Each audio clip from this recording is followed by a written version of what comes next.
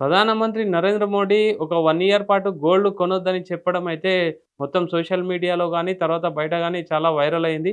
So, దానికి నిరసనగా కాంగ్రెస్ అయితే ముందే చెప్పడం జరిగింది. అంటే అప్పటి ఆర్థిక మంత్రి చిదంబరం గూడా ఈ విధంగా గోల్డ్ కొనొద్దని చెప్పడం జరిగింది. కానీ అప్పుడు ఉన్న ఎన్‌డీఏ ప్రభుత్వం మాత్రం ఖచ్చితంగా దానికి అపోజిట్‌గా నినాదాలు చేయడం జరిగింది.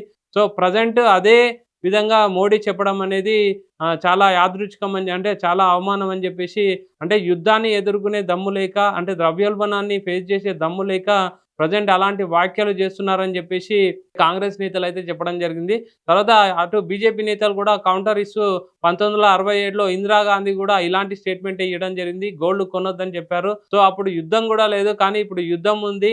ప్రెజెంట్ ముడి చమురు యొక్క కొరత ఉంది. కాబట్టి అలాంటి స్టేట్‌మెంట్ ఇయ్యడము దీర్ఘ ఆలోచనకు సంబంధించిన విషయము. మోడీ స్టేట్‌మెంట్ అయితే కరెక్టే అని బీజేపీ శ్రేణులు గూడా సమర్థించడం జరుగుతుంది.